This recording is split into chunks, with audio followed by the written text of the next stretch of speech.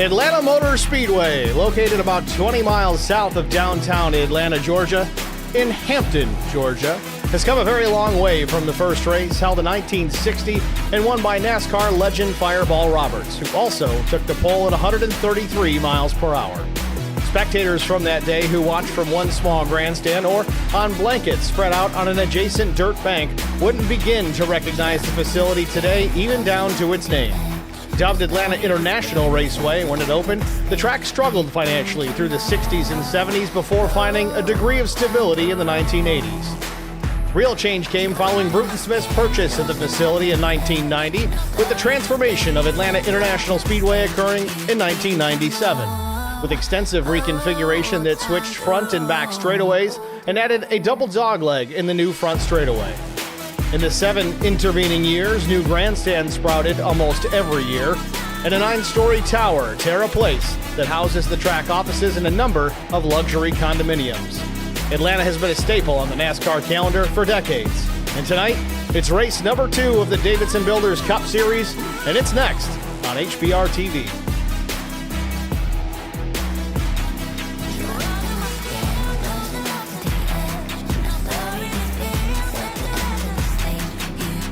Good evening, everyone. Welcome once again to Atlanta Motor Speedway. We're on the old scan here on the iRacing service, so that's going to be a fun one tonight as far as trying to take care of the tires under these race cars. Let's take a look at the race details for this evening. Again, race number 2 on the season of the Davidson Builders Gen 6 Cup Series.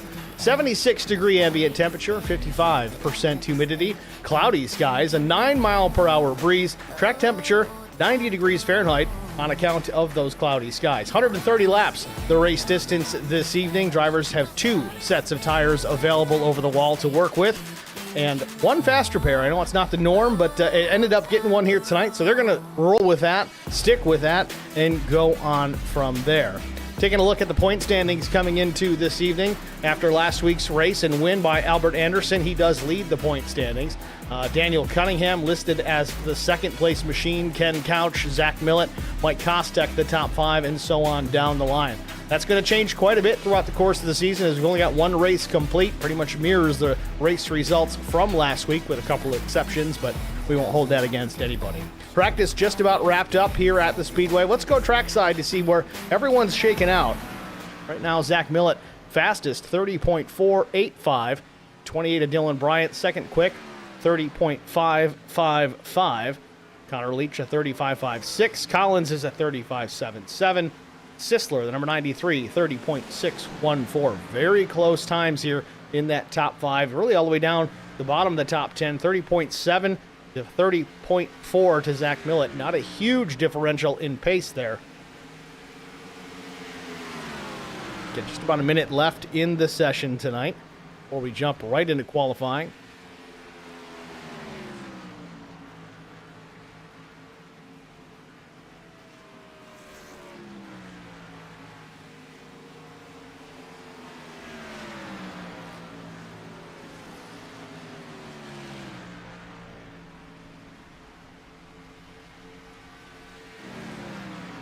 Mark Collins in the number 23 machine. Looks like a bit of a Days of Thunder throwback scheme.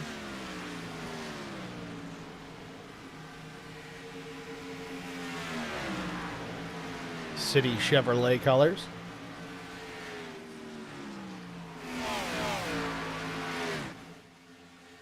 Sun trying to peek out from behind the clouds as the session goes black and red. We're going to jump right into qualifying here in just a brief moment. Got a couple of chatters already in the stream. Chuck Kiger, Lisa Sperling, I believe. Hopefully it's the last name. If not, well, she's still cheering on Sperling. Catherine Ott, Destiny Mills. Thank you guys all for tuning in and saying hello. Chat is open. You guys feel free to talk it up. Just keep it PG.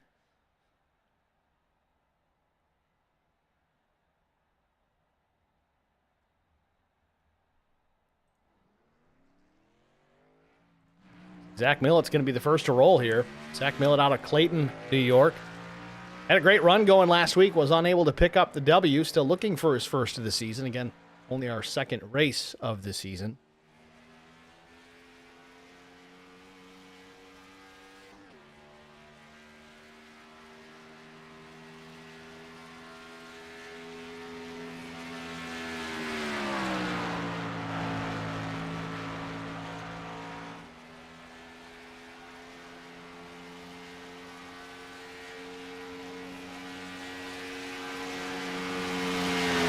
Zach was fastest in the practice session earlier tonight, ran a 30.485.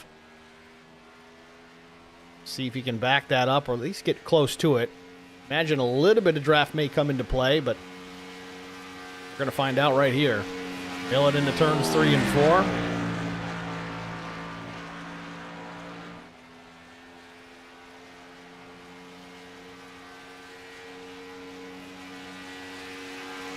.748 first lap for Zach Millett. We'll see if he can pick up a few tenths on his second lap.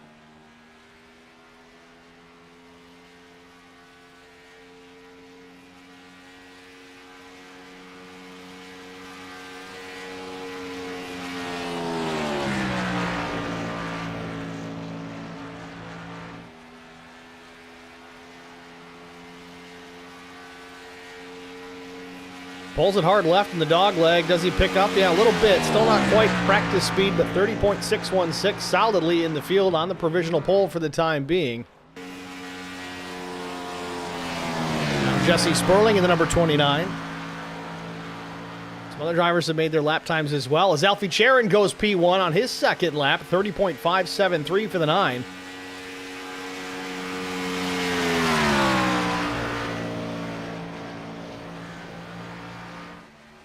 Sperling 12th quick on lap 1, 31.208. Justin Lawson on his out lap in the number 20.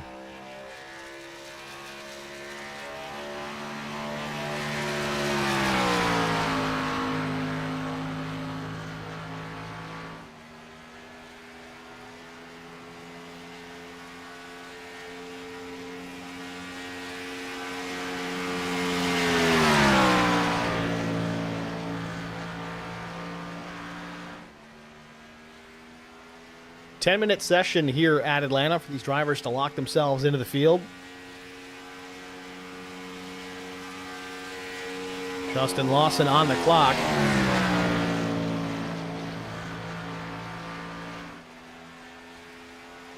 Lawson straddling that seam in the top lane. Crosses the stripe. 15th quick, 30.964, drops to 16th. Derek Welch, the number 1 machine, owner of Numb Thumbs Gaming.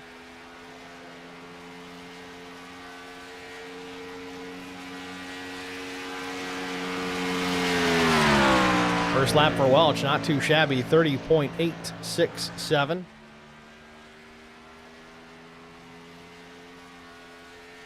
Little lift off turn 2. You heard the engine get a little quiet there for just a brief moment. Welch had to lift off throttle just to maintain control of that car, keep it out of the wall. Off turn 4, let's see if he still gets an improvement on that second lap. Welch across the stripe. Does not pick up, 30.929. The best lap, 8.67 for Derek Welch. 32 with Nick Biddy, 31.020 first lap.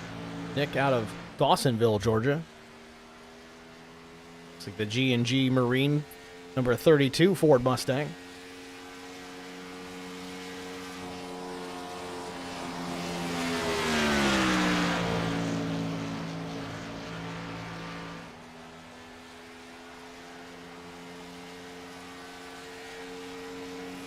Biddy back across the flag stand. Does he pick it up? He does, but stays 20 at 30.946 for the number 32. Last week's winner, Albert Anderson, America's driver. Still running around here in black primer. Someone's got to pick him up.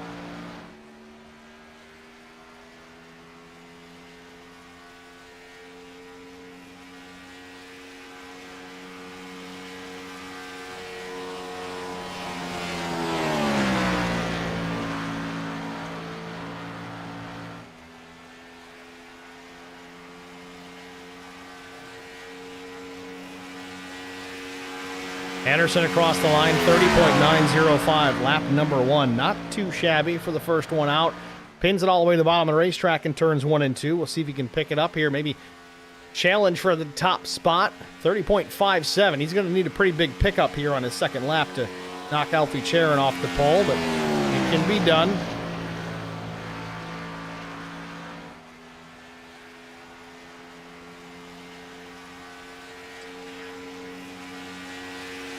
Second lap for Anderson, 11:30.758. Matt Sisler on the track. First lap complete, a 31:054.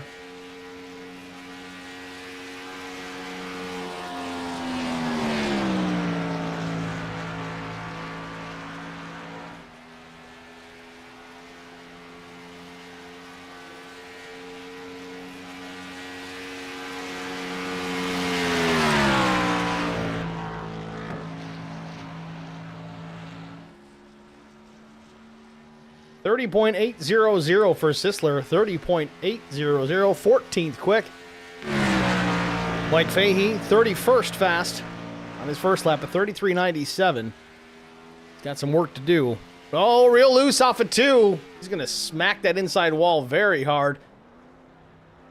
That's going to do it for Fahey in his attempt. Few drivers yet to go. Sean Roberts, Mark Collins, Chuck Kiger, Tom Barish, Anthony Williams. Roberts, the only driver on the track right now. Roberts also sporting some primer on his number 33 Ford Mustang.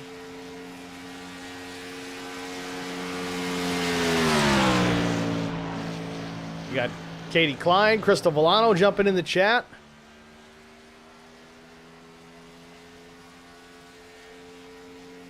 Those of you not watching the chat, Nick Biddy, the most recent Numb Thumbs champion.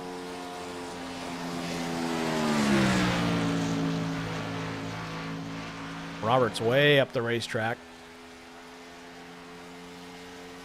Drew Blaze in the chat. I'm just here to watch Fahey wreck. He's also spotting for Mike tonight. Sean Roberts' first lap, 31.490. About 2 minutes left in the session.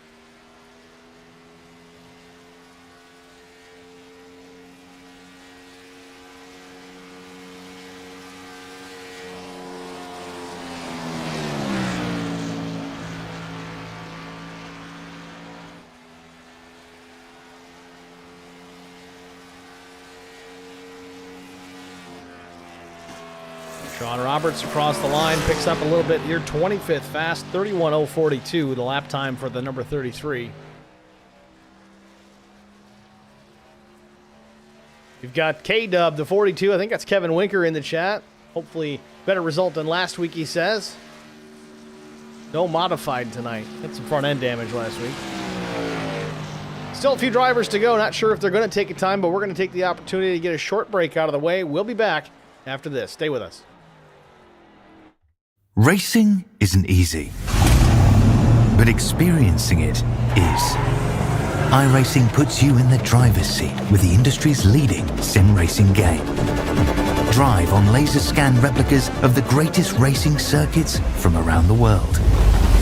Go head-to-head against other drivers chosen by skill-based matchmaking to ensure competitive racing at every level.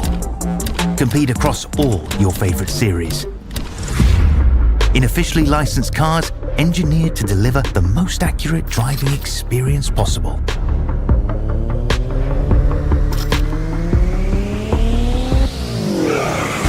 Join a race or host your own with players from across the globe. Race against the computer or in a league with friends. Feel the thrill behind the wheel. Visit iRacing.com.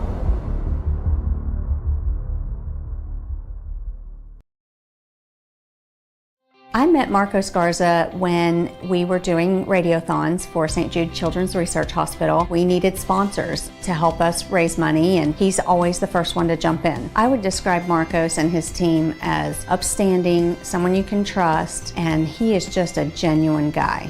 Marcos has been very generous. He has a genuine concern for people. You need somebody that cares about you. And that's what Marcos is, and that's pretty much what this firm is. The Garza Law Firm. Let us help.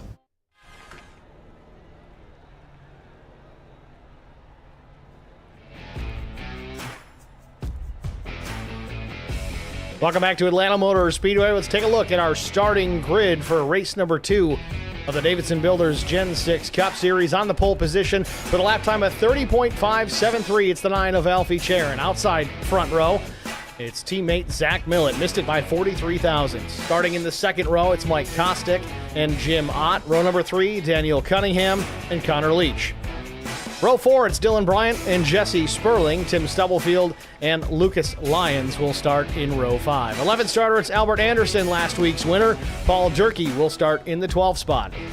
13th position goes to the 42 of Kevin Winker. Matt Sisler rolls 14th. Chris Goins, the number 41, will start 15th with Scott Milner to his right elbow in 16th. Jesse Redding, the number 21, will start 17th with Derek Welch starting 18th. Row number 20. Row number 10. It's Justin Lawson and Brian Torsha. 21st starters, Jarrett Woodard and PJ Cox. 23rd is Nick Biddy. 24th goes to Mike Campbell in the number 95. 25th starters, the 33 of Sean Roberts. 26th goes to Ken Couch. Russ Endicott, the number 57 All-Star Racing Machine, starts 27th.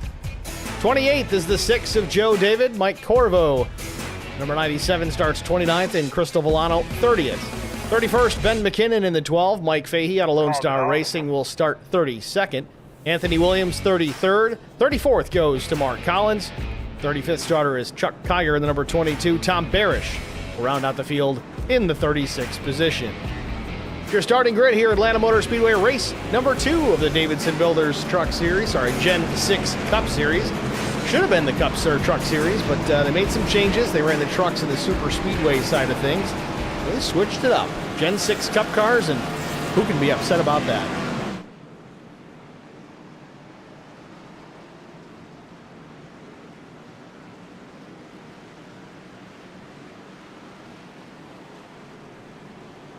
So some drivers go into the back.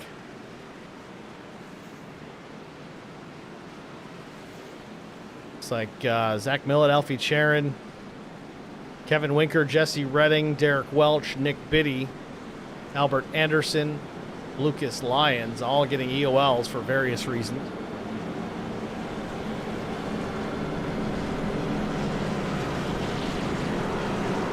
So that's going to move some drivers to the front of the field. Mike Kostek, Jim Ott will lead the field to green.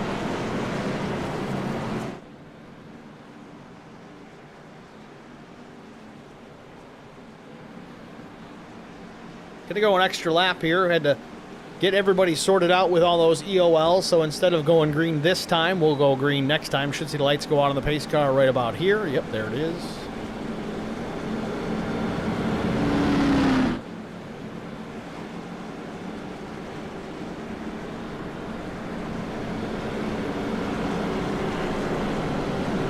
So it'll be the number 8 Jack Daniels machine on the inside, leading the field to green with the 4 of Jim Ott to the outside.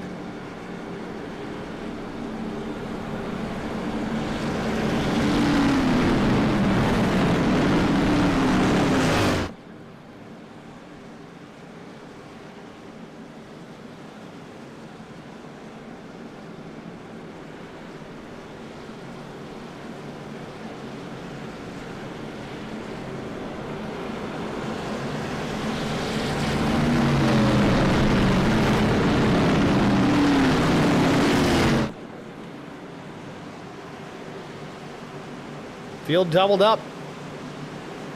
About ready to go green flag racing here from Atlanta.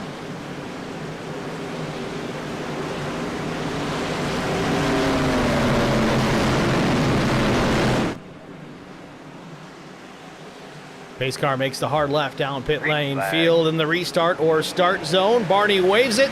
Green flag in the air. We're racing from Atlanta.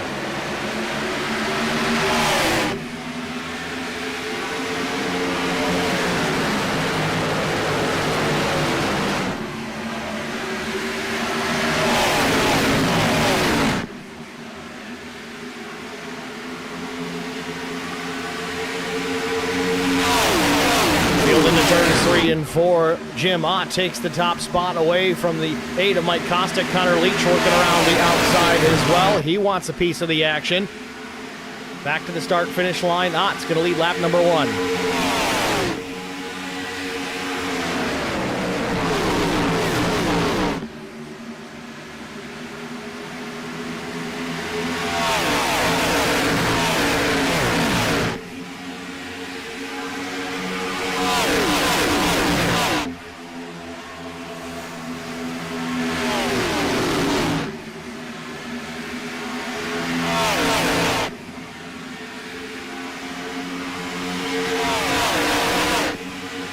Ott maintains the top spot. Connor Leach runs in the second position, up 4 positions from the drop of the green. Mike Kostek in third, where he qualified, though took the green from the front of the field. Due to the EOLs, everybody at the back had to take. We'll take a look at those guys right now. Zach Millett now already up into the 25th position. Where he started officially, at least the pole position, credited with the outside pole in the second spot. Alfie Charon also had to go to the back, qualified on pole. They'll have the benefit of those number 1, number 2 pit stalls. Unfortunately, did not get the benefit of that solid starting position. Meanwhile, Ott starting to stretch out his lead just under a half second back to Connor Leach. Connor Leach enjoying a little bit of comfort ahead of the 8 of Mike Kostek, maybe a car length and a half back to that machine.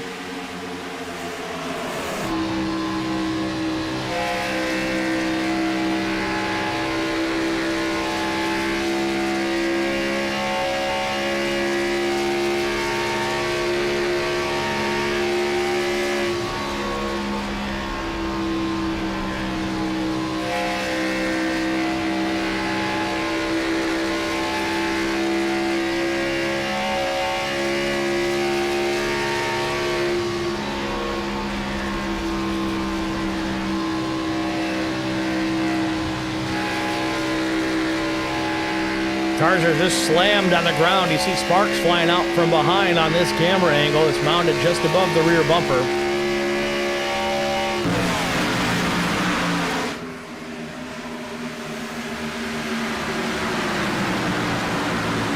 Connor Leach maintains the second spot. Kostek slips back to P5. Now Dylan Bryant in the Haviland number 28. Putting some pressure on the second position. Connor Leach is going to lose that spot. He'll slip back to third. So the 29, Jesse Sperling trying to follow him on through.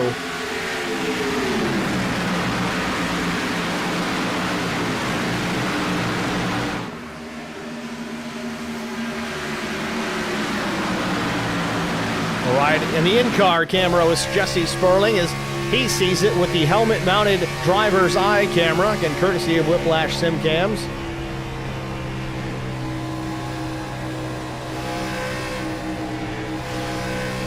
Driver's already lifting heavily out of the throttle, battling some handling issues on these cars as the tires start to go away. I know we're only 8 laps in, but this place is a cheese grater. I said early in the broadcast, this is the old scan of Atlanta, so it's a wore-out racetrack.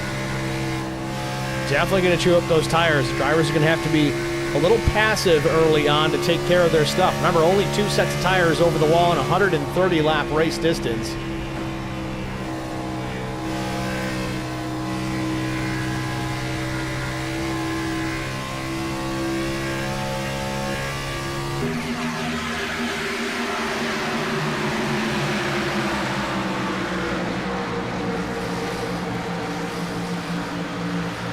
Sperling trying to find a way to gain some ground on the 28 of Dylan Bryant, but he's a few car lengths back. Has a good run off turn number 2, closes the gap down the back straightaway. It's in tight, it's real close, within a few feet of the number 28 machine, but has to slide up the racetrack. A little aero push, picking up the dirty air. It's coming off the back of Bryant's car.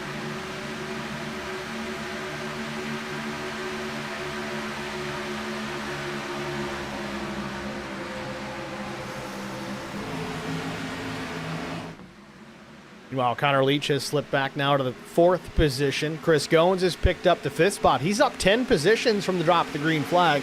Some of that aided by the EOLs, but still making some progress forward as all over the back bumper of Connor Leach. Looking for more here. He's got the 5th spot, wants P4. Meanwhile, Ott maintaining his race lead, about a 4.5, maybe 4/10 of a second advantage, but Bryant really closes the gap. I don't know if Ott made a mistake there. Lost some ground. Maybe he's just backing up his corner because he gains it all right back on exit. Now, let's talk about what I just said there, backing up the corner. A lot of you guys are seasoned race fans. You know exactly what that means, but maybe there's some of you out there that don't. So backing up the corner means lifting out of the throttle a little bit earlier than you typically would, say, in a qualifying session so that you can maximize your exit speed. lift off the throttle a little bit earlier than you would plan so that you can hammer on that throttle a little bit sooner, which in turn, you carry more speed out of the corner and all the way down the back straightaway. As Sperling catches a piece of the wall, I don't know if he got into it or not, may have just lightly scraped it, lost some momentum, definitely had to lift out of the throttle. He's going to lose some track position out of this. He's down now to the 5th spot, might lose more here to the 8 of Kostek.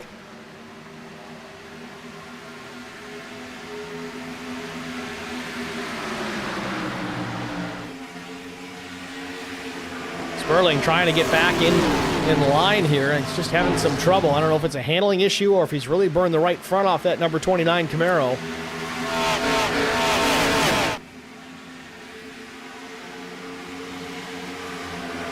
Talk about fall off in these tires. So far, Jim Ott, the race leader, best lap of the race for him, a 31.13. His last lap, mind you, in clean air, a second and a half slower, 32.77 seconds. So he's not up there battling with anybody. He's just turning laps, and he's having that much fall off. So that's how quickly the tires go away at this place. Meanwhile, we watch this battle with Sperling and now Cunningham. Cunningham in that white and orange number 91. He's on the inside trying to take that spot away from the 29 machine. Follows in behind the 93 of Matt Sisler.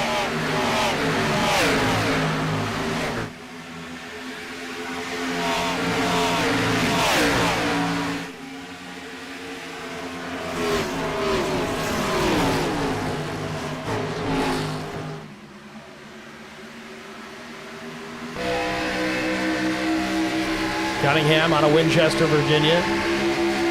Oh, contact! Cunningham and Sperling coming to blows here on the back straightaway. They get away with it.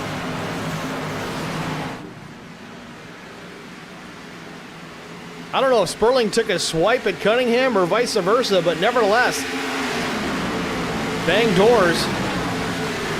Both drivers live to fight another day, but to what end? You got to figure out if there's any damage on those machines. We'll soon find out if the 91 or the 29 continue to free fall. I know Sperling was already losing some ground as it was.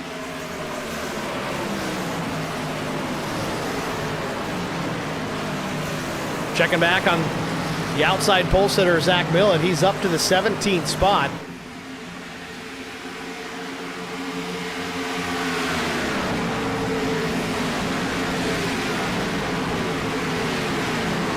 Check on the pole sitter, Alfie Chair, and he runs back in the 27th position still.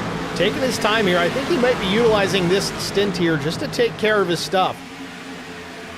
Because he may actually be going in when he makes his first pit stop. I would almost anticipate fuel only, knowing that he's only got 2 sets over the wall.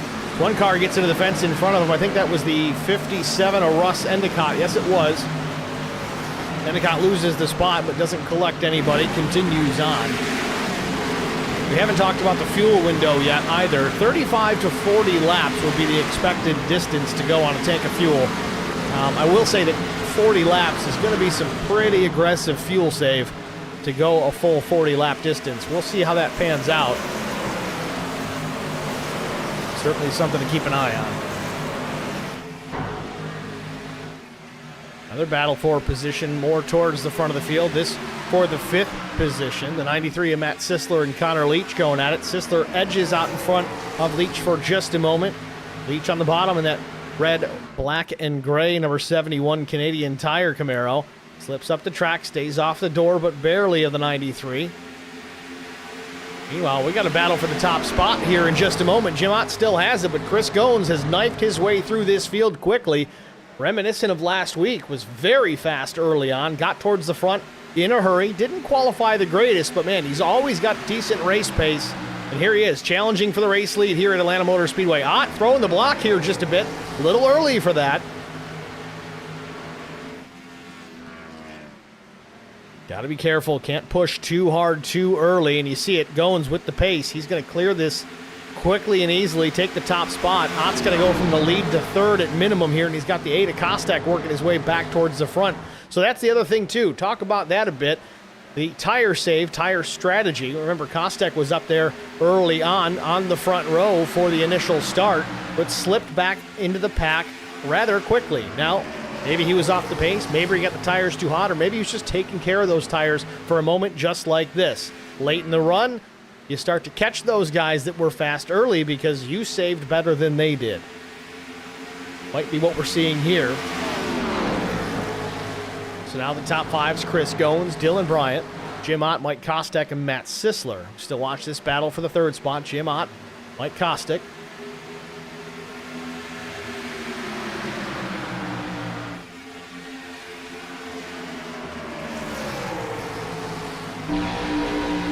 On board with Jim. Oh, has to lift just a bit, back in the gas. 3 wide and he's in the fence. Ott pushing just a bit too hard, catches a piece of the outside wall, continues on, right side a little flatter than it was when it came off the truck. Ott slips back in out of the 6th position.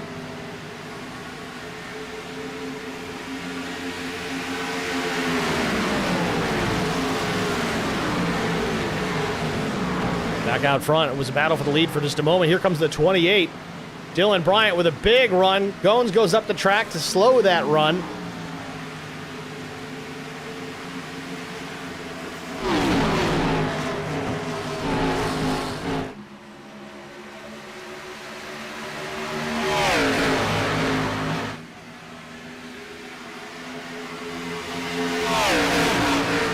Lap 24 goes up on the pylon. Goins out in front. Battle for the 2nd spot raging on. Dylan Bryant to the outside of Mike Kostek still. Kostek in that black number 8 Jack Daniels Chevrolet. Kostek's going to slide in behind. Bryant gets clear, takes the 2nd spot, now sets his sights on Chris Goins.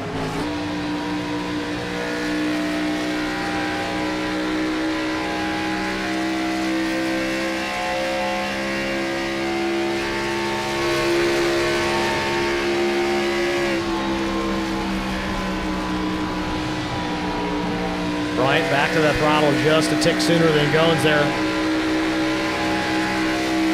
No, it's close. Gonna get a bump. Puts him in the wall. And we're down the back straightaway. We keep it off the fence, I believe, and we don't wreck. Oh, but Goins is around. Still saves it. Man, I thought he was going around for sure. How we didn't get a yellow out of that, I don't know. But Goins tried to come up the racetrack as to slow the advantage of Dylan Bryant. Bryant said, that's pretty close. That's a heck of a block. We're going to get into you here, give you a bit of a bump. But it upset the balance of that 41 machine. Got him sliding through the corner. Now that right rear is screaming hot. We thought it was loose before. It's going to get worse. Gets up into the 97 machine. Now sends Goins back to the apron, still trying to gather it back up. He's been fighting this car for almost a whole lap now. Meanwhile, Matt Sisler took over the top spot. Now the 42 goes to the bottom of the racetrack. I don't know if there was some contact there to Kevin Winker. Nevertheless, he jumped it down to the apron. Now he's back on the banking, trying to gather it back up as well. But this Goins goes from the top spot to 18th in that exchange with Dylan Bryant. Bryant didn't take the lead out of the deal, but ends up in the 6th spot.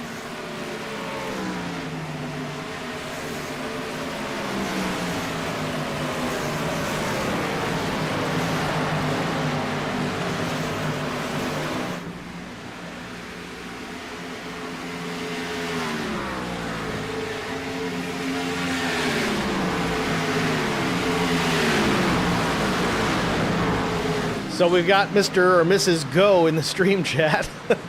Says this year's virtual announcer of the year goes to Paper Shuffle, Steve Singer, stellar skills. I do appreciate that. I'm certainly my biggest critic, so if you got compliments, I'm happy to hear them. Meanwhile, back up front now, the battle for the top spot. We got Matt Sisler, the number 93, making that Toyota Camry awful wide. Not running the Kia Stinger this time. Paul Durkee all over Sisler like a cheap suit through turns 1 and 2. The 8 of Mike Kostek, who's done a great job taking care of the Goodyear Eagles on that racing machine to be up in that top 3 still. Remember, he started in that first position after a considerable amount of EOLs to start this one off. Durkee taking a look. I'm going to go back on board with Matt Sisler. He's probably not going to like it because every time I go to an onboard, it seems like they get involved in a wreck. But Hey, Matt. How you doing there, buddy? Just a Tuesday evening drive for Matt Sisler.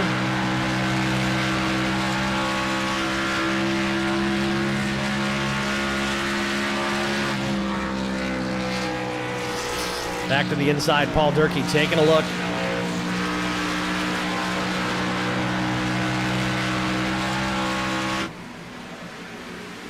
Back to the stripe, 30 laps complete. Sisler, your race leader. Paul Durkee runs second. Kostek third. Connor Leach is fourth. The number 92 at Timmy Stubblefield up into the fifth spot.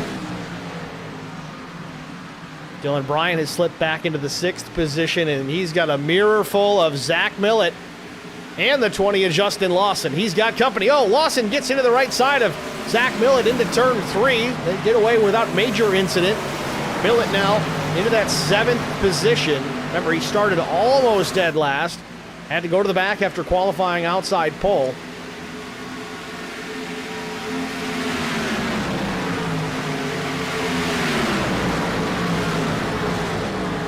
"32 laps complete, approaching our first round of green flag stops, but the way they're running, who knows if we'll even make it to that green flag stop without getting a yellow. Things have been a little chaotic as these tires start to wear out." Bryant taking a look to the inside on Tim Stubblefield. This will be for the fifth position. Millett taking a look, going to make it 3 wide here? Nope, not necessarily, but he's to the inside of Bryant, boxes him in behind the 92.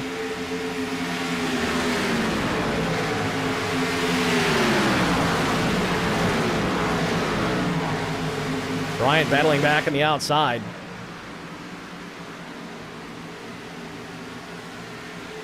I hate to say this. I know Zach Millett's running the HBR TV colors, but I love that Haviland motor oil paint scheme on that number 28. I'd say it's probably my favorite one out there right now.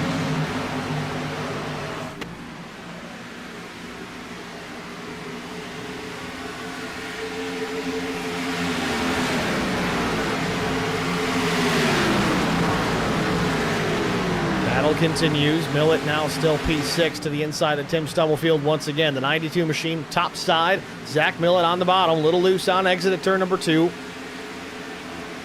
It's a matter of pride, I think, for Millett, knowing he had that EOL to start. He wants to be back in that top 5 before that first round of pit stops. Millett to the bottom. Stubblefield way up the racetrack. Millett on the power off turn 4. Takes the spot.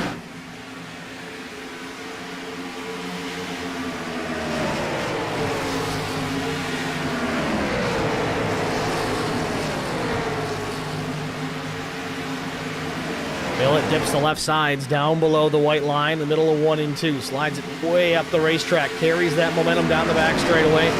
Somewhat clear sailing out front for the 315. Has plenty of clean air. That's going to give him a big advantage right now. It also gives him a good opportunity to get to pit lane under green flag conditions without worrying about running anybody over. We saw Zach practicing those pit entries earlier on in this session tonight. Almost every time. That thing was 30 degrees sideways and smoke pouring out of the rear. You don't want to do that on the first stop if he's going to save those tires in double stint.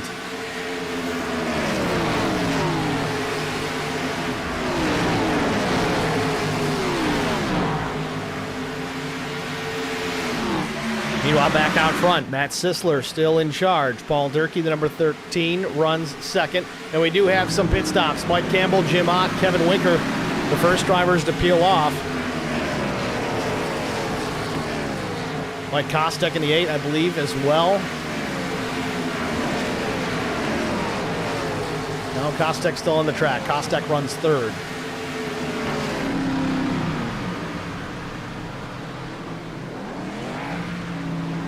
Some drivers taking tires here. Race leader Matt Sisler in the pits. Does he get her woe down? Kostek comes with him. That's going to give the race lead to Paul Durkee in the number 13.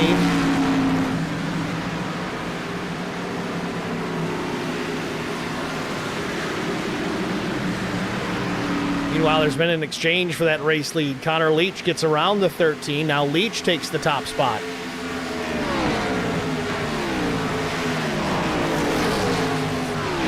"38 laps in." We said 40 laps was going to be quite a distance to go. 40 laps, that is. Lap 38, Leach gets her woe down. Hopefully he got it to pit road speed in time. Paul Durkee, Dylan Bryant, Lawson, Sharon, David, Fahey, Corvu, Welch, Biddy, Redding, Collins, and more. All up and down pit lane.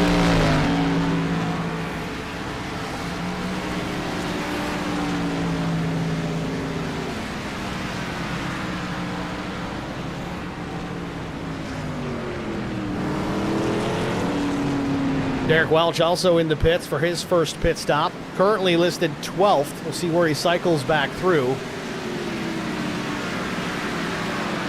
Welch took tires on that first stop, lights him up, leaving pit lane.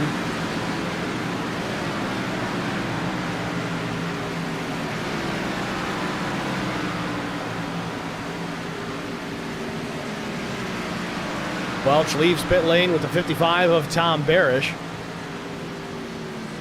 Barish also a Dumb Thumbs veteran.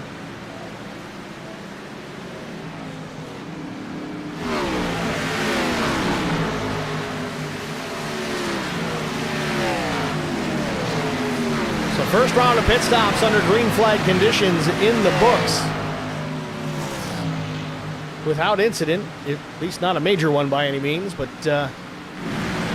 you watch Derek Welch and Tom Barish. They leave the pits after their green flag stop. Welch runs 31st. Tom Barish 32nd. Again, very well could be just a strategy play here, but the guys that took tires, you're going to have to double stint a set at some point during the course of this event. Some took no tires this time. Some took 4 this time. Now, the differential in speed, that's where you're going to see the biggest difference here as far as who took tires, who didn't. Matt Sisler, your race leader, his pit stop was 15.15 seconds. It looks like that's a 4-tire stop. His last lap was a 32.35. I'd like to see what it is the next time by. His best lap was a 31.31. But Connor Leach, who runs second, his last lap a 33.43, almost a full second slower than those that took tires. So that's going to be a big change. That's going to cycle things through. But again, that's going to flip-flop later on in the race. Because the guys that didn't take tires on this first stop, well, they're going to take an opportunity later on. They're going to get those tires later on. And the guys that did put tires on this round, they're going to skip it probably the next round. And you're going to need to double stint a set at least once to be a contender here tonight. You got 2 sets to work with over the wall. That's it. That's not a lot at a place like this. You've got to be smart about it. With that said, we're going to step aside and take our first HBR TV side-by-side break. Get that out of the way. You won't miss a moment of the action. Because like I said, side-by-side. Feed stays up. We play the commercials in the background. And, well, we'll be back after this. Stay with us. I met Marco Scarza when we were doing radiothons for St. Jude Children's Research Hospital. We needed sponsors to help us raise money, and he's always the first one to jump in. I would describe Marcos and his team as upstanding, someone you can trust, and he is just a genuine guy. Marcos has been very generous. He has a genuine concern for people. You need somebody that cares about you. And that's what Marcos is, and that's pretty much what this firm is. The Garza Law Firm. Let us help.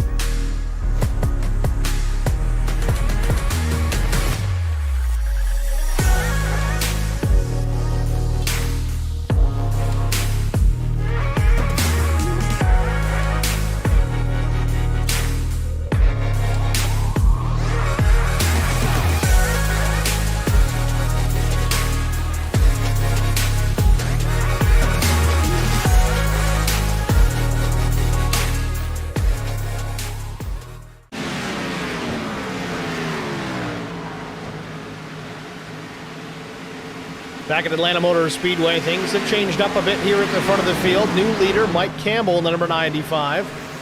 Sisler still up near the front in the second position, about a full second back.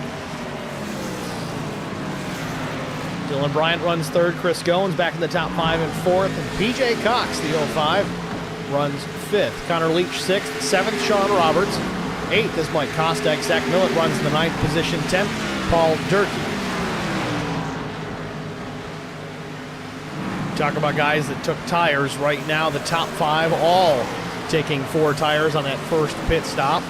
First driver with 2, it's Connor Leach. Or, I'm sorry, with none, it's Connor Leach. Sean Roberts runs 7th. Mike Kostek may have taken rights only or just a long pit stop. 11.5 seconds was his stop. Zach Millett 9th. 9.5 seconds, so that's likely just fuel only. And then Paul Durkee 10th, 9.3 seconds. So again, they're gonna lose some ground to the top 5 for sure in this stint. But coming up about lap 70-ish, you're going to see another round of pit stops. We have yet to have a yellow, knock on wood. They certainly have tried. It's been close a couple of times, but the drivers managed to save things, hang on to them, and continue on.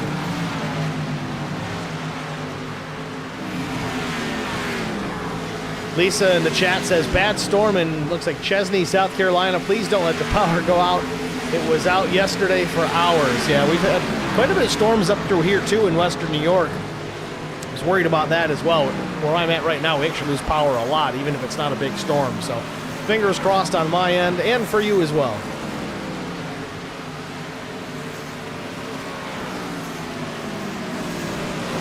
Dylan Bryant now up into that second spot as he puts Jesse Redding further back in the pack. Redding just losing a lap recently. Sisler going by as well.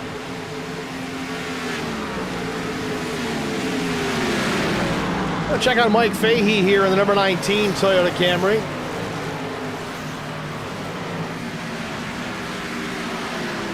A lot of guys show up to see Fahey wreck, but so far so good.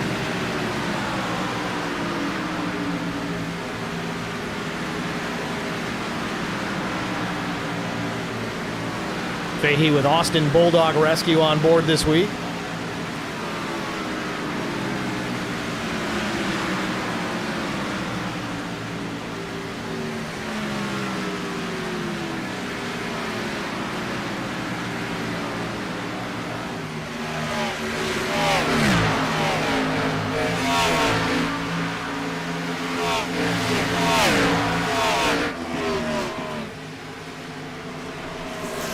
Tim Stubblefield back in the 19th position. Lost a ton of spots on that round of pit stops. He took fuel only as well, but I don't know if he just burned up the tires a little bit more than everybody else in that first run, or what the situation is for the number 92. He's still out there on the lead lap, but quite a ways back. We've got 24 cars still on the lead lap.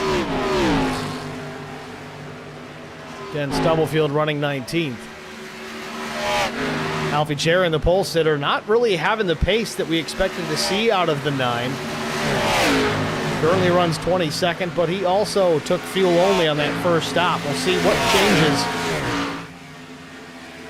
once we get to our next pit cycle.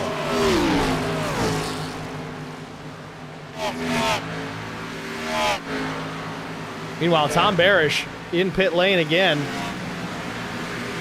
He's been there for quite a while now, almost 4 minutes. I don't know if he had an issue mechanically. The car looks okay.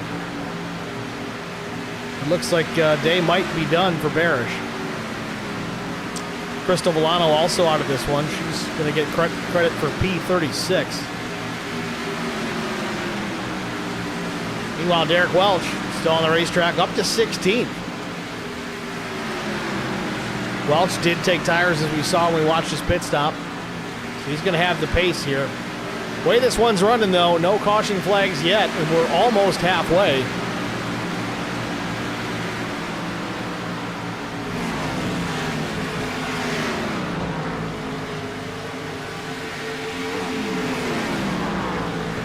And I think someone might be saving fuel. I'm pretty sure I heard someone get on the clutch and coast it. Let's ride on board with Derek Welch and see if that's what the case is.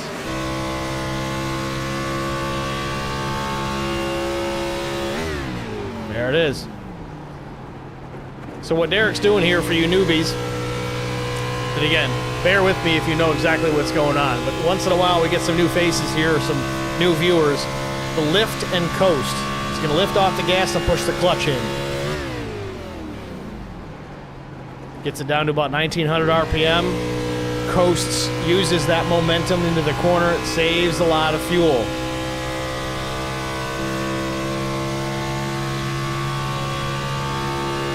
Right on board with Zach Millett. He's very good at that as well. Let's see if he's in that mode.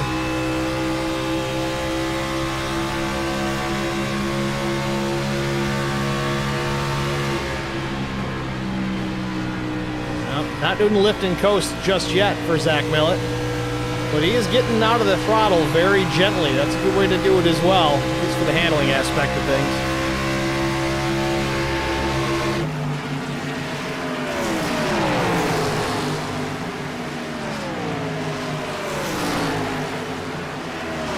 Meanwhile, we have a change for the race lead here.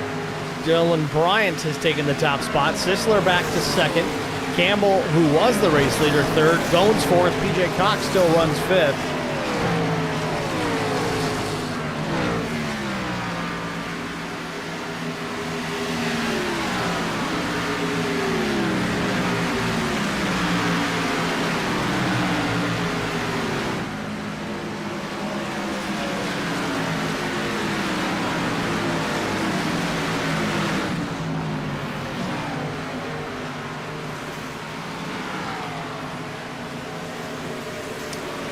Got some early pitters here. Mike Kostek's going to come back down.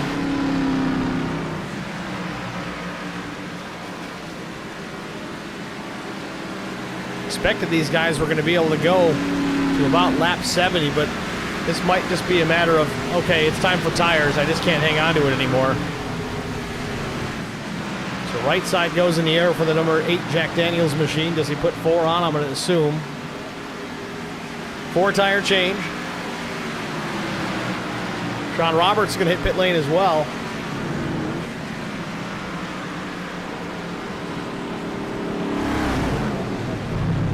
Roberts into the stall. Nice clean entry. Right side. Crew around to the left. Jack goes under. 4 tires. Sunoco Racing fuel for Sean Roberts. He's down and away.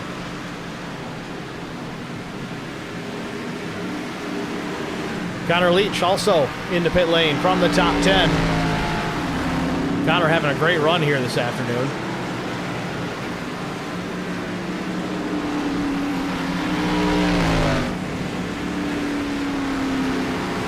Great entry. Set himself up perfect for getting out of pit lane too. Got the nice angle.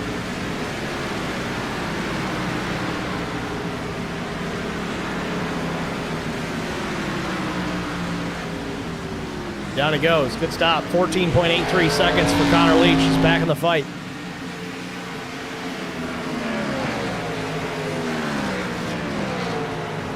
So we go back up front here. Dylan Bryant, your race leader still. Number 28 machine made his last stop at lap 38.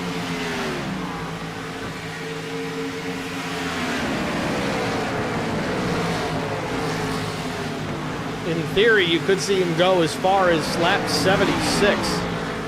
Now, he did take tires on that pit stop, so he's going to want to drag this out as long as possible. I would anticipate a fuel-only stop for the number 28 machine this time. Up the racetrack. Opens the door for Kevin Winker, who is trying to get a lap back. Meanwhile, we've got Zach Millett, Brian Torsha in pit lane.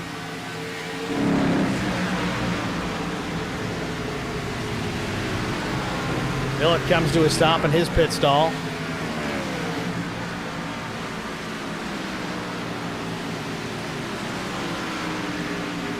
And it'll be a 4-tire change. They're right on the edge of losing a lap at the time of the pit stop, so he's going to come down and get that fresh rubber. Alfie Charon as well, getting the pole sitter. Had a little bit of damage on that machine, did take the fast repair. Once again, a 4-tire stop for Alfie Charon. Dumps the clutch and He's on his way.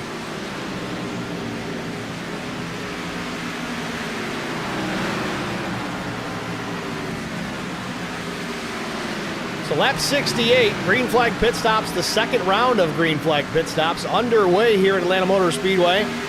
Will it just be a matter of time for Dylan Bryant? Matt Sisler, though, all over the back bumper. I tell you, if I'm the 28 of Bryant right now, I'm just going to let Sisler go because, I don't know, he may just be trying to push the 28. It can burn a little more fuel. Don't forget, Sisler's got to pit soon, too. He pit one lap sooner the previous time. He came at lap 37 versus Bryant's lap 38.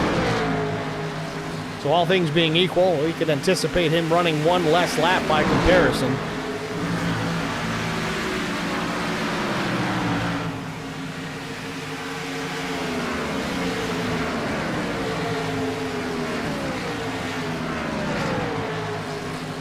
"70 laps in of 130 here from Atlanta Motor Speedway. Yet to see the yellow flag fly. Certainly don't want to see it now, right in the middle of a green flag pit cycle. Top 5 presently, it's Bryant, Sisler, Goins, PJ Cox, and Mike Fahey up into the 5th spot.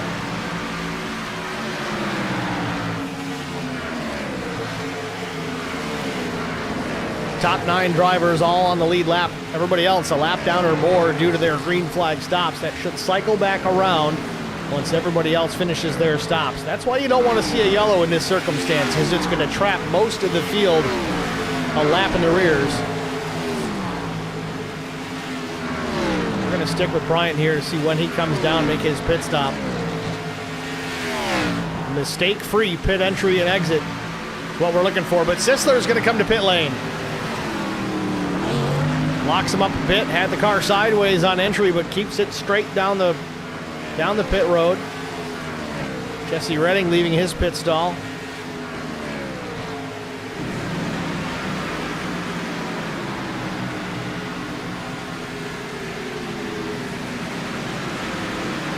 Fuel only for Sisler. We got a car off in the grass on entry. That's going to cost him a penalty for an unsafe entry.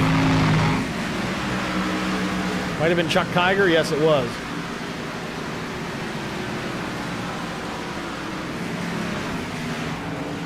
Back out front, Bryant now with a 5-second advantage over second place Chris Goins. Again, still needing to make a pit stop here. Stubblefield looking to the outside, trying to get a lap back the old-fashioned way.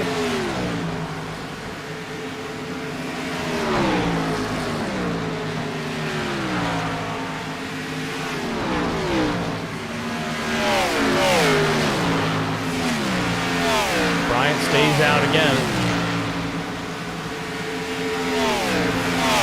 Chris Goins hits the pit road.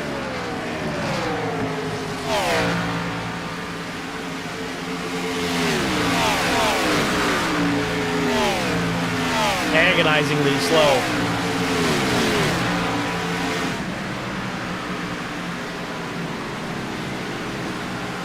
Fast repair burned up by Goins. And he's down and away. Fuel only stop, 9.7 seconds for Goins. So this is going to be the difficult stint for the 41.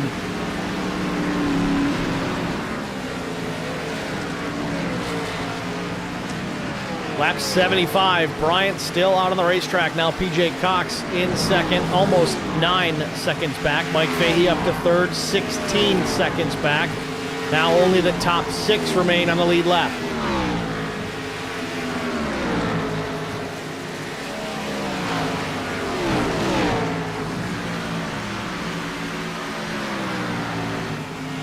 Dylan Bryant bypassing pit lane yet again. Lap 76 goes up on the tower. We'll see if this is indeed the in lap for Dylan Bryant to make his second pit stop. All things being equal, 38 to 38. See if he protects that bottom. He knows he's got plenty of room out the rear view. Into 3 and 4. Does he go an extra lap? No. On the brakes, here he comes.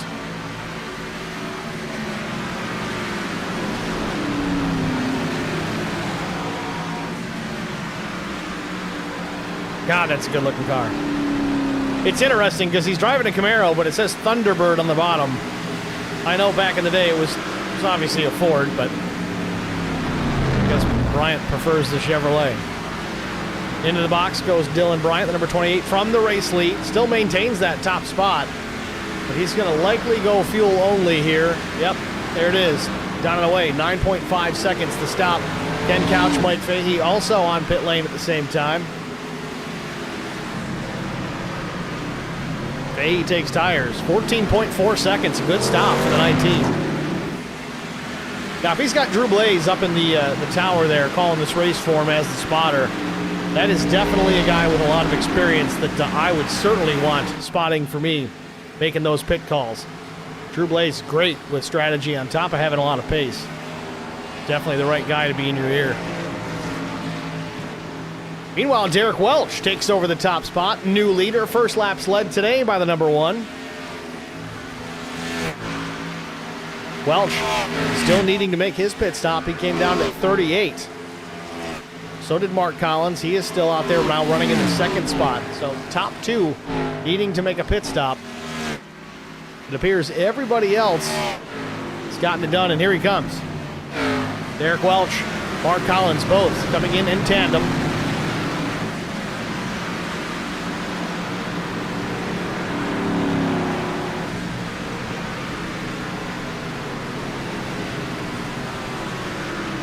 See in the distance, Mark Collins, right side's one in the air. Derek Welch, same thing. So it's going to be a 4-tire change in Sunoco Racing fuel for both drivers. Collins down and away. Left side's going up for Derek Welch. He's getting ready to head out as well. There he goes. A little less wheel spin this time. Down and away. Well, that's going to give a lead back to Connor Leach and Matt Sisler as they battle for that position. Now, Connor Leach took tires on his last stop, but he came down to lap 63, so a little sooner by comparison. Sisler now back to the outside as they continue to fight for the race lead here, but again, Leach with the tire advantage for sure. Sisler doing a good job hanging on. A little bit of a moment there off turn 2. Gets the rear end wiggling down the back straightaway. Might have scraped the wall just a bit. And there he is. He's in the fence in 3. Quickly gets off the safer barrier, but he's absolutely going to lose the spot. It's Connor Leach, Matt Sisler, Dylan Bryant, Zach Millett to 4th, and the 8 of Kostek top 5. 81 laps complete here from Atlanta Motor Speedway. Once again, we're going to go HBR TV side by side. Stay with us. We'll be right back. I met Marco Scarza when we were doing radiothons for St. Jude Children's Research Hospital. We needed sponsors to help us raise money, and he's always the first one to jump in. I would describe Marcos and his team as upstanding, someone you can trust, and he is just a genuine guy. Marcos has been very generous. He has a genuine concern for people. You need somebody that cares about you. And that's what Marcos is, and that's pretty much what this firm is. The Garza Law Firm. Let us help.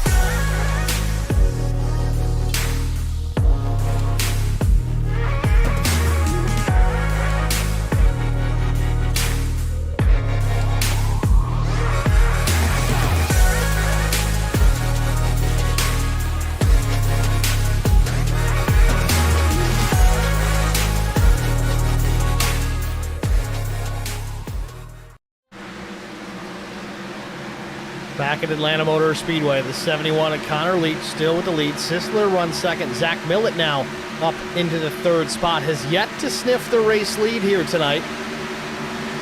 Millett in that third spot. He took his tires at lap 65. He's going to have to make one more stop, as is everybody else, because I don't think anybody can make it to the end unless we all of a sudden get a rash of cautions. But I believe Zach has an extra set of tires still over the wall as he double stinted that first set.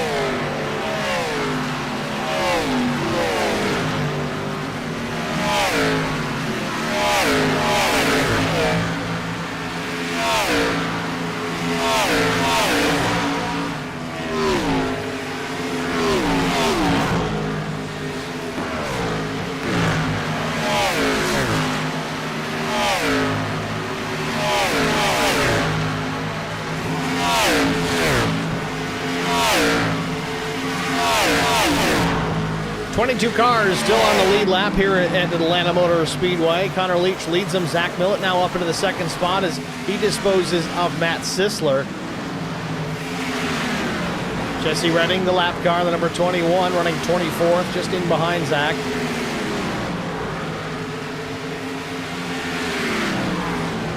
So Leach out front here with 3.5 seconds.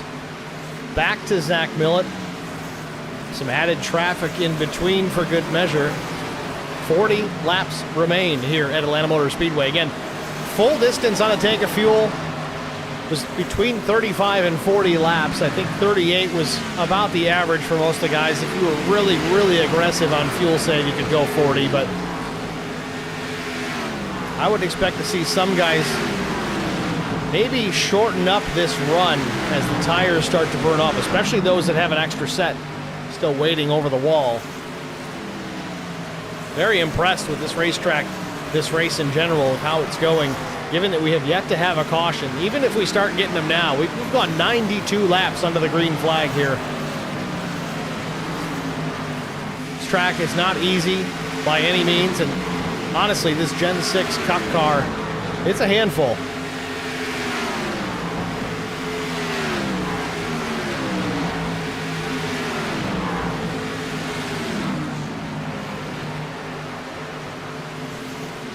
Well, let's give it a shot here. Try to get through the field.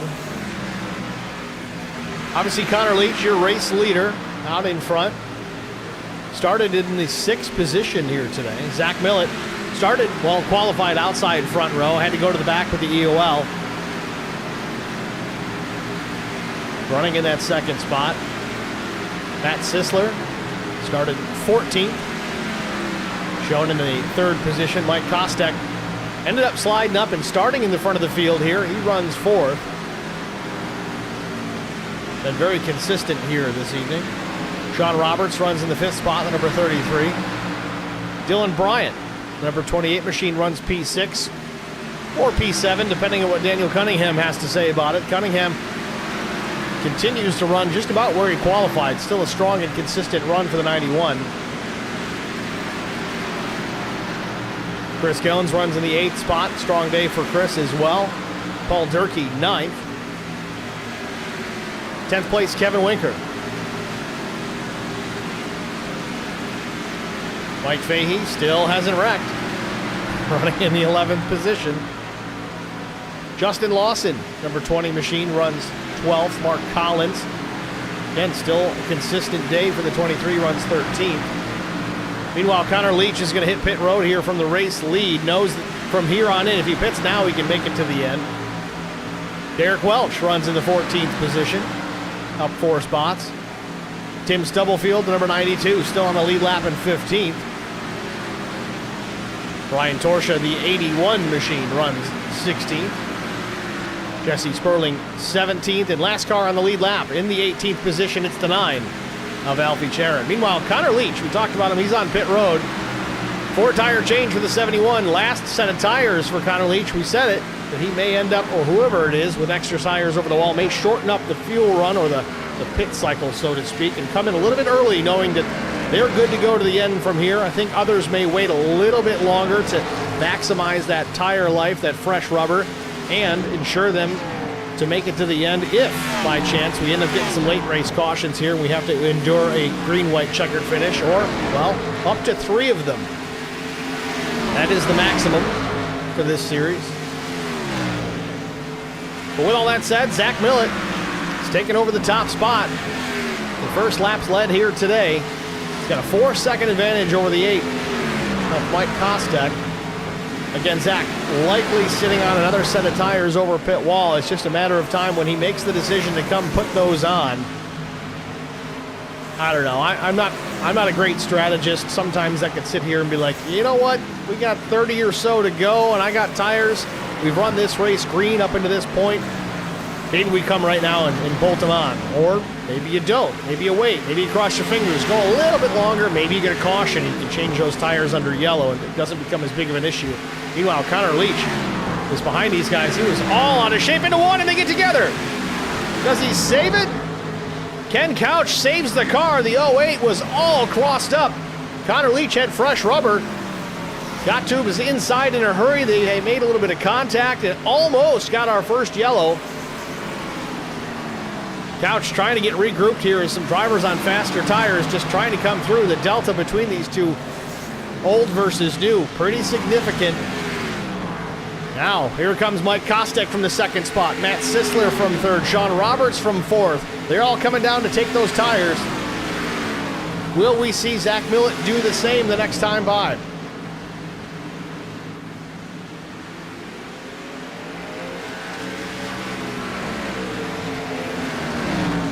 Millett in turn 3. Lap 100. Here he comes, Millett. Off turn 4. Jumps on the brakes, gets her woe down. And it's a slow ride down pit road here. Take on those tires. Fingers crossed for the 315 crew that yellow does not come out. Take the strategy and throw it in the garbage. Tanner Winker leaving just before Millett hits the pit box. Zach locks him up into the pit box. Just behind teammate Alfie Charon. 4 tires for Charon. It's going to be 4 tires for Zach Millett. Alfie down and away. Zach Millett down and away. Final pit stop of the afternoon for the 315. Meanwhile, Mike Fahey takes over the top spot. The number 19 at the point. Lap 101 to 102.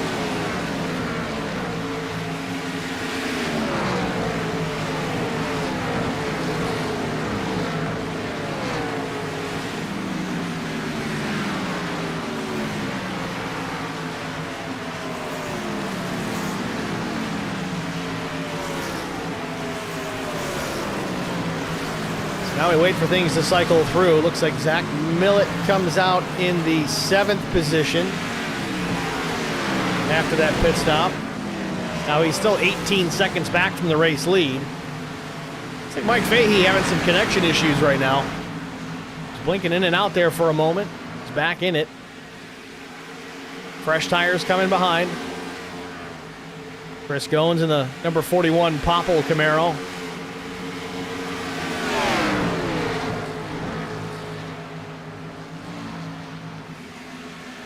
And we're having a timing and scoring issue here. Hopefully we're not losing a server. Looks like things are popping back up.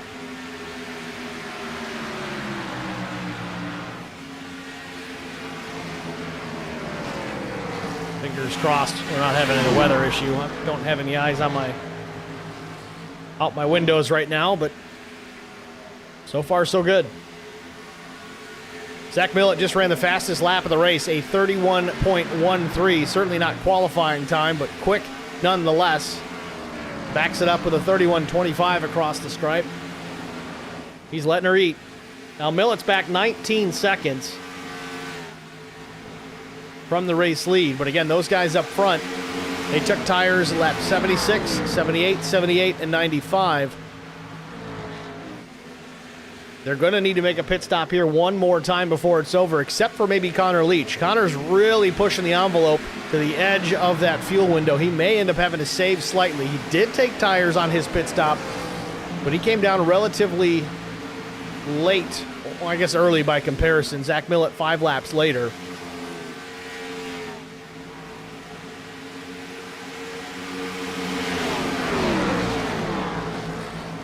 Millett's got some traffic to get through as we watch this battle with him and Brian Torsha. Torch running 23rd, 1 lap down. But he's in his own battle with the 5 of Anthony Williams. Millett's going to get kind of boxed in. Is he going to go 3 wide? Gets to the inside. Wow, he keeps it pinned on the bottom of the racetrack. 3 wide on exit of turn 2. Glad this isn't Texas Motor Speedway. He'd be in trouble. But Atlanta, he's getting it done. Meanwhile, out front, still Mike Fahey in charge. Mark Collins now up into the 2nd spot. Connor Leach does not need to pit again. He runs 3rd.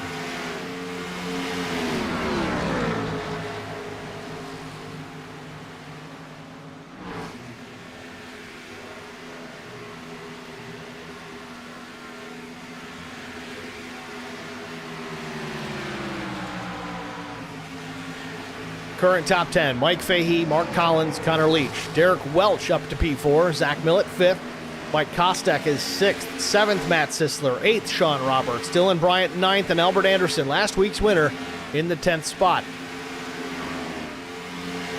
Anderson's going to need to make a pit stop before this one is over. Mike Fahey's going to need the same. Mark Collins and Derek Welch also cannot make it on fuel. Connor Leach pushing the envelope. Took the fresh tires a little bit early, tried the undercut.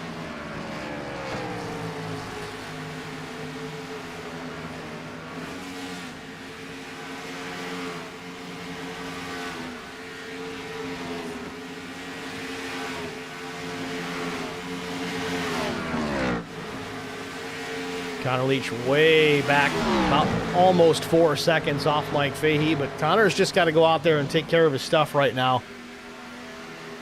Make sure you got enough fuel to go to the end. It's 21 laps to go. 32 and Nick Biddy in behind. He's in the 18th position, not on the lead lap. First car 1 lap down, though, so if we were to get a caution, Biddy would get back on that lead lap.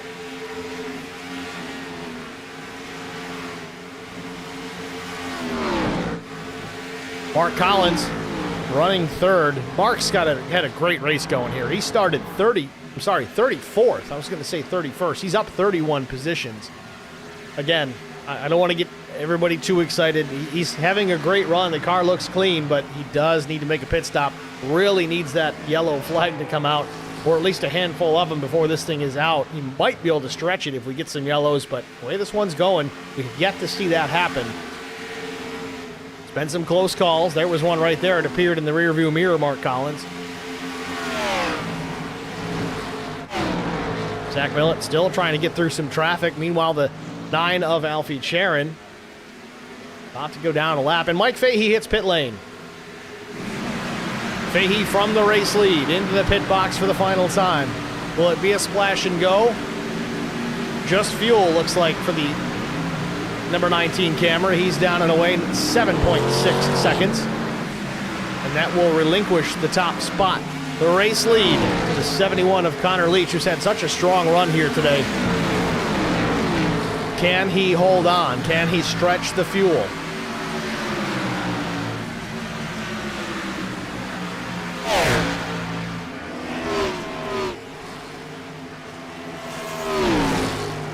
Last lap for Connor Leach was a 32.95. Last lap for now second place machine Zach Millett was a 32.62. He's about 3/10 faster right now, and he's got 4 seconds behind. 4 seconds gap back to the 3:15. 18 laps to go.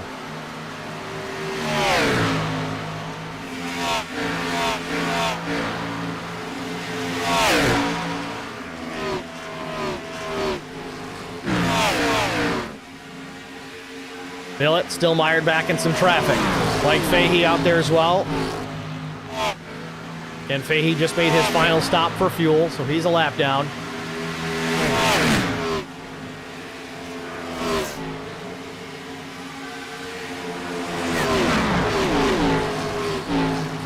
Billett still faster than Leach the last time by about 0.4 of a second.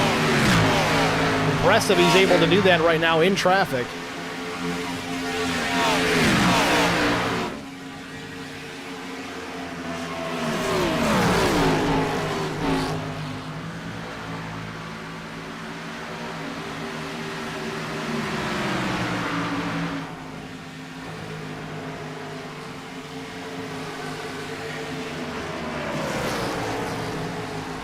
Deficit now 3.38 seconds.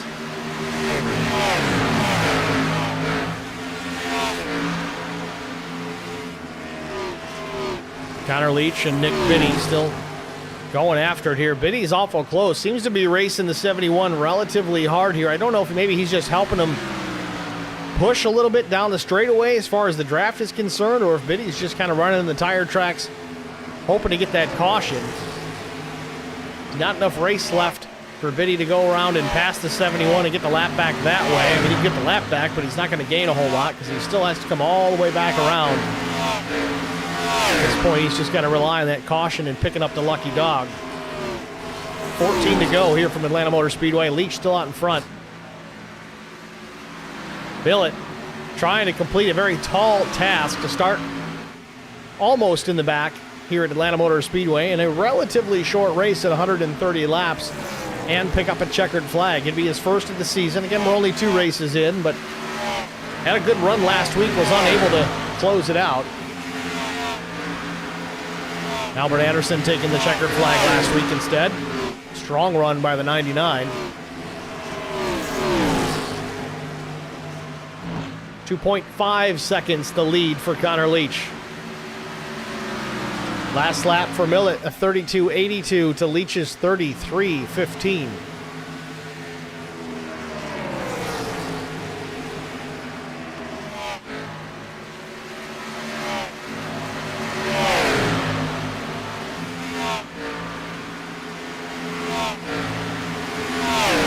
Got the lap data here at the bottom of the screen between the race leader and Zach Millett.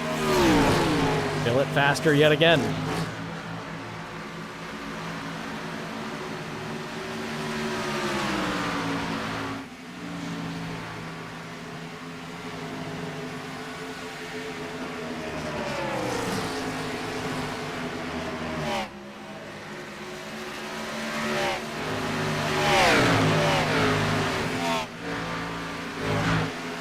Billett still having to get through some traffic here. It's going to be a challenge. This is not going to be easy for Zach to get up there and then challenge Leach.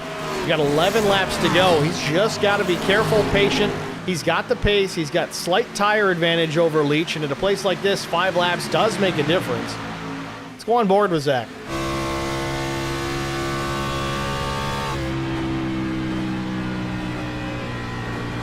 He's at a point where you can see the race lead from his cockpit. You see him up ahead, the 2 cars, red and black.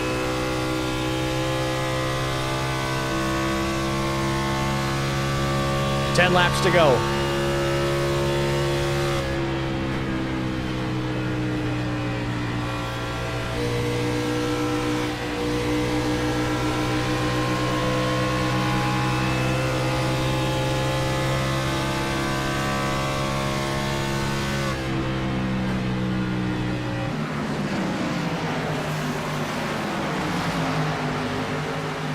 Deficit now 1.4 seconds as Millett off turn 4.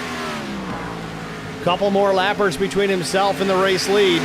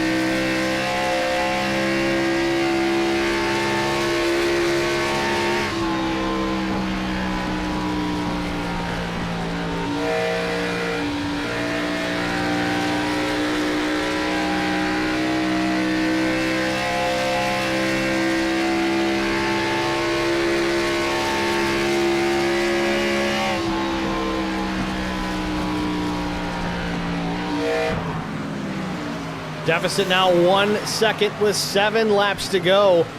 Lap time's getting a little bit slower for Zach Millett. Only about 2/10 quicker than the race leader the last time by, and he still has 2 lap cars to dispose of before he gets there. Millett running out of time. Connor Leach. You gotta wonder if he's just holding his breath behind the wheel. That number 71 Canadian Tire Camaro. The difference is Leach has got to run and run hard. He made a pit stop about 5 laps sooner than Zach Millett, which is going to put Leach right at the end of his fuel window at the last lap of this race. You got to wonder, does he have enough tire in the tank to make it all the way to the finish? It's going to be 5 laps to go this time by. Zach within 0.6 of a second of the race lead. Leach up the racetrack. Biddy gets to the inside. I don't know if he's just going to make a play here to try and get the lap back now. And Biddy does just that. He took tires as well on his pit stop. Here comes the 12 as well.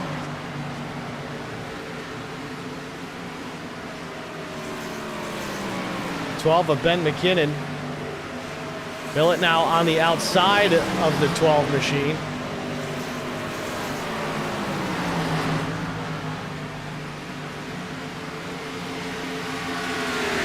Four laps to go. Zach Millett is there. 2.5, maybe 3 car lengths to the 315. 4 laps remain. No more lap traffic between the leader and Millett. Can he get it done? Or did he burn up his stuff, working his way back to the lead? Connor Leach has been a bit of a Sunday drive here since his final stop, taking care of the tires, saving a little bit of fuel. Does he have enough left to hold off Zach Millett here? 3 laps to go.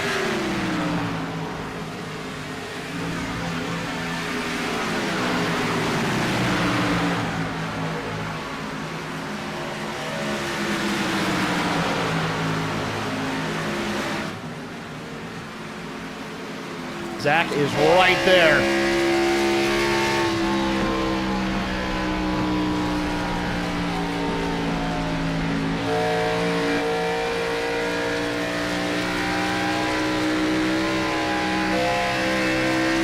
Zach Millett right to the back bumper. Cross start finish, 2 laps to go. Connor Leach trying to hold on, trying to throw a block here and there. Millett goes up the racetrack just a bit, gets some clean air on the nose of the 315 Toyota Camry. Off turn number 2, he's alongside Connor Leach for the race lead and possibly the win here at Atlanta Motor Speedway. He's got the advantage into 3, still not quite clear. Connor Leach battles back to the bottom of the racetrack. Middle of 3 and 4, exit at turn 4. Zach Millett takes the race lead as they come to the white. Coming to start, finish, final lap. Zach Millett to the race lead. Connor Leach falls way back, just trying to take care of it and bring it home with a solid second place.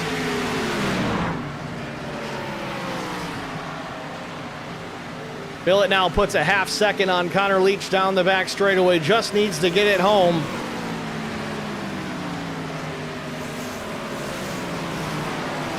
Millett put it on the outside pole, had to start from the back, worked his way back towards the front after his final pit stop, and across the start-finish line, checkered flag waves. Zach Millett wins at Atlanta.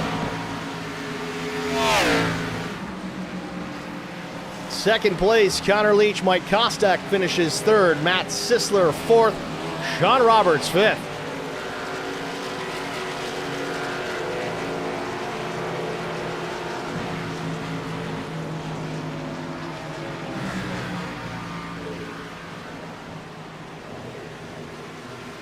What a race. What a clean race. What a strong run by Connor Leach. He's got to feel dejected. He's like, if this one was just a couple laps shorter. Alfie Charon coming in to congratulate.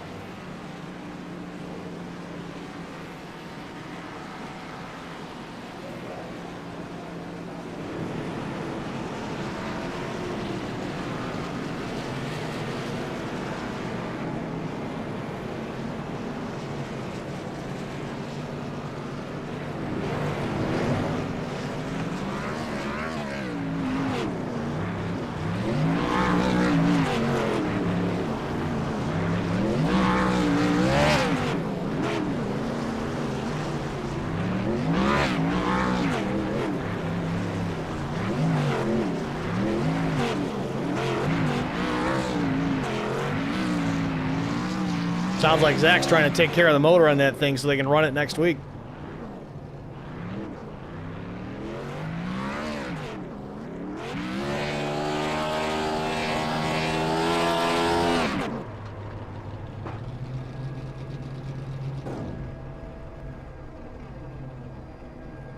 Celebration complete for Zach Millett. We're going to jump out here, get a quick break out of the way. We'll be back with our top 3 finishers after this. Stay with us. We'll be right back.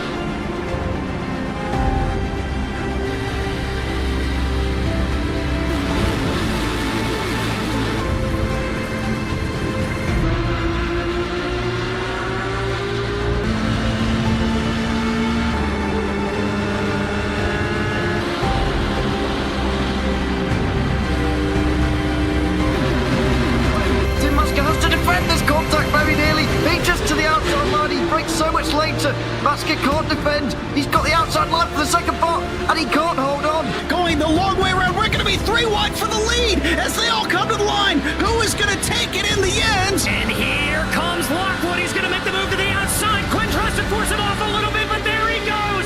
It's going to be side by side through turn 1. Will he be able to cover him off? He does. Weaving back to the left-hand side. Reynolds is trying everything. The kitchen sink is being thrown at it. They're leaning on each other. Coming into turn number 3. It's going to be a drag race through 3 and 4. Coming back to the line. Here comes Frisch on the bottom. Richard's going to hold the inside. Tries to be the late breaker here. They're going to be side by side through the final chicane. They bang doors, but keep it clean. As they're still 4 wide on the run down into the back straightaway. Demerit's looking for a line as well. What is going on in Michigan? Novak into the fence. They're still beating and banging. And to the line. He is much faster coming through there. Is there damage on Challenger? Abramitis is ahead. There's going to be a race to the line. Who is going to get it?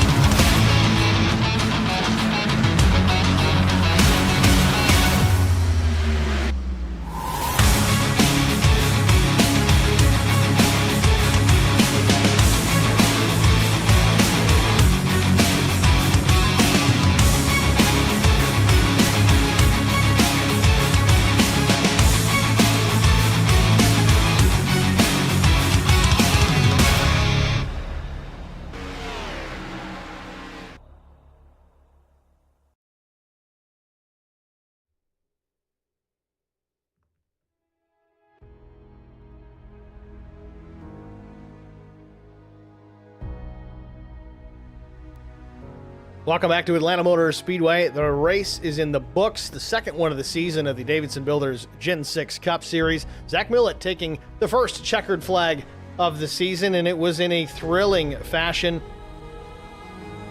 Put it on the outside front row, got the EOL, had to go to the back and fight his way through, save some tires, double stint is set, and with 2 laps to go, coming to the white, takes over the top spot en route to the race win. Zach Millett at Steve in the HBR TV broadcast booth. You got a copy?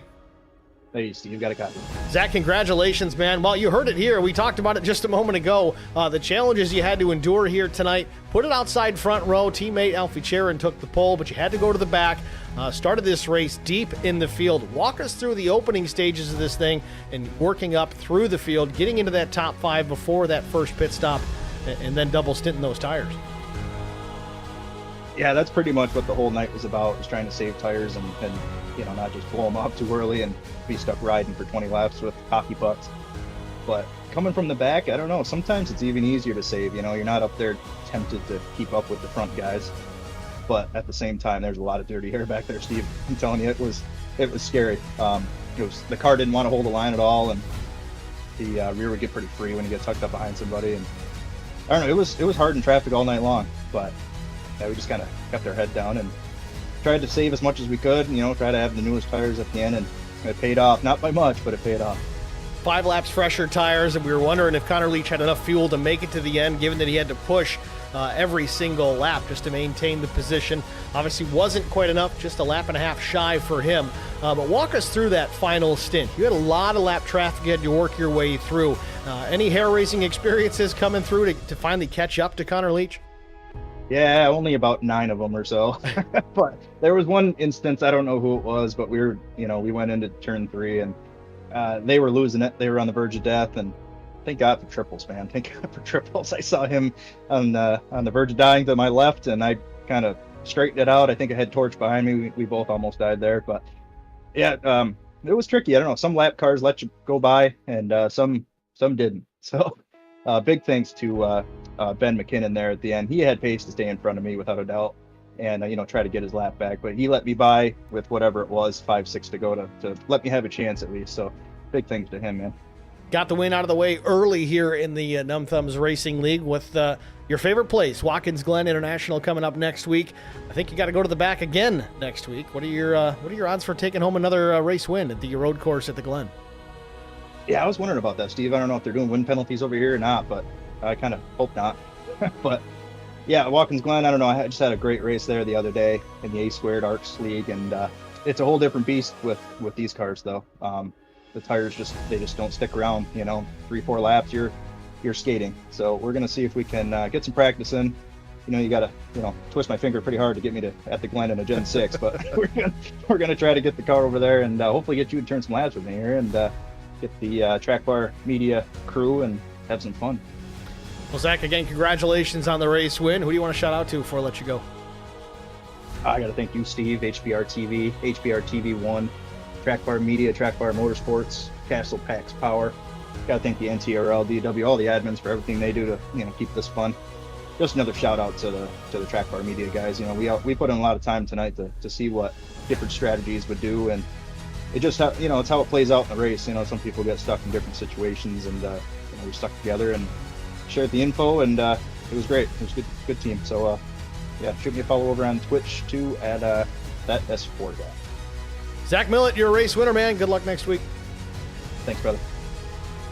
Well, you heard it here, 315 talking about the events leading up to his eventual win here at Atlanta Motor Speedway. Next, we're going to talk to what I would anticipate with your, I guess, a mix of emotions between dejected but happy for a solid finish. Connor Leach, Steve in the HBR TV booth. You got me? Yeah, I got you, Steve. Connor, congratulations, man. I know you wanted that win, and you were oh so close. Maybe a lap and a quarter shorter race, and you would have had that thing locked up. What was really the key to staying out in front of Millett there? Was it a matter of just better tire strategy, or what was the difference maker between you finishing first versus second?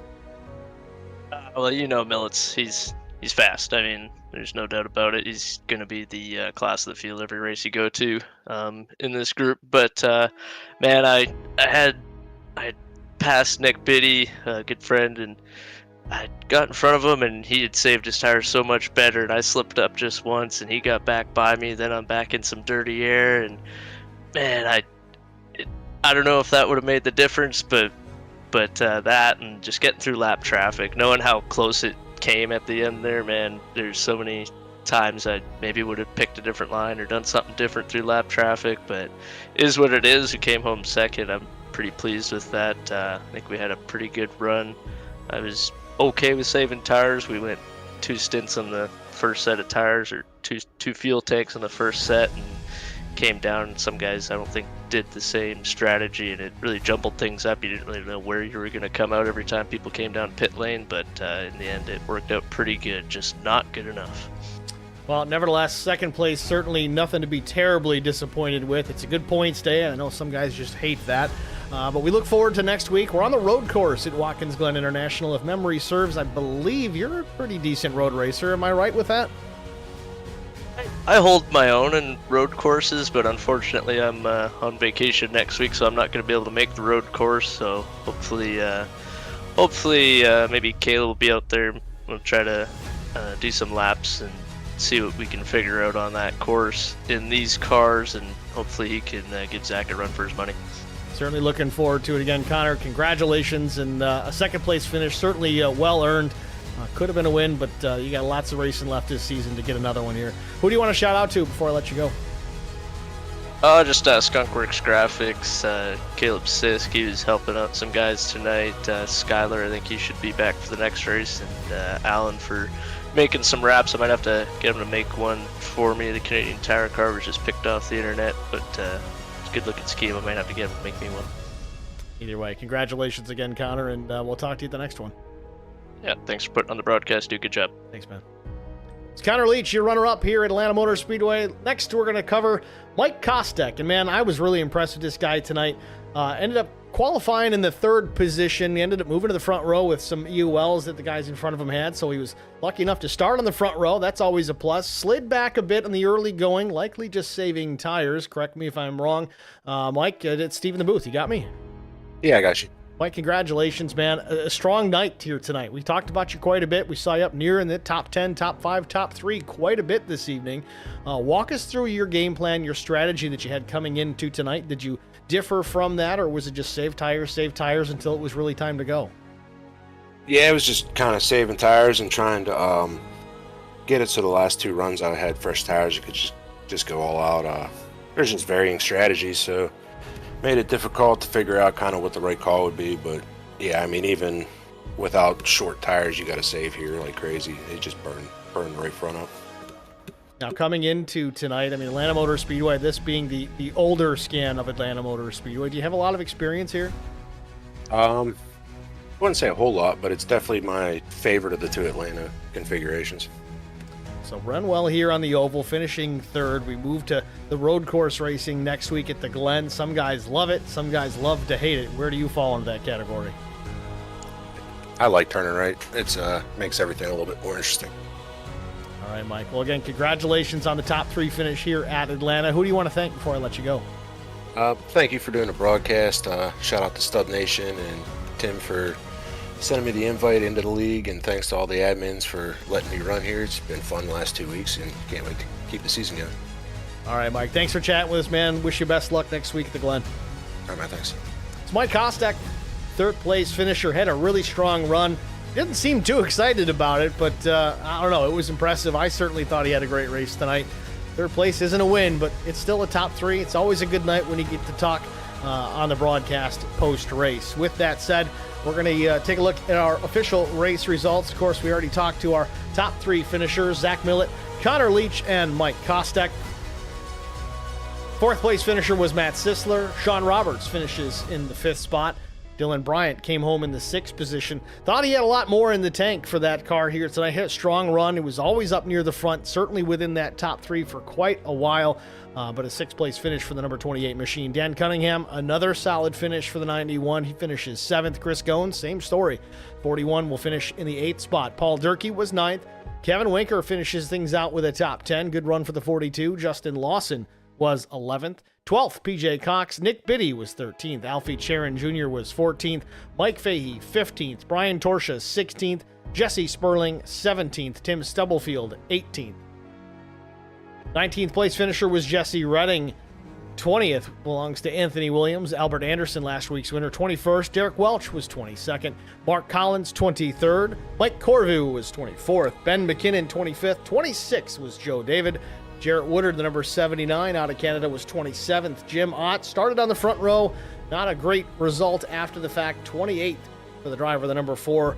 Chuck Kiger was 29th. Scott Milner, 30th. 31st, Ken Couch. Russ Endicott, 32nd. Lucas Lyons was 34th. Sorry, 33rd. 34th was Mike Campbell. Tom Barish, 35th. And Crystal Villano, 36th. 93 laps down. I want to thank you guys all for tuning in here tonight. Certainly a fun race. Caution-free, green to checkers. That's always a plus. Good to see that. These guys have got talent out there, and it just gets better and better week after week, season after season. Again, these cars are not easy to drive. They are a handful. And at a place like the old Atlanta Motor Speedway, even more so. It's going to get more difficult next week at the Glen. Certainly one of my favorite places to call races. One of my favorite places to go on top of that. Looking forward to the road course next week at the Glen. Make sure you tune in for that here at HBR TV. If you haven't already done so, like, follow, subscribe to broadcast, the channel, the whole 9 yards, youtube.com/@HBR TV, and the number 1. It's going to do it for us here at HBR TV. Congratulations once again to Zach Millett putting the 315 HBR TV Camry in victory lane. We'll see you guys all next week. Thanks for watching.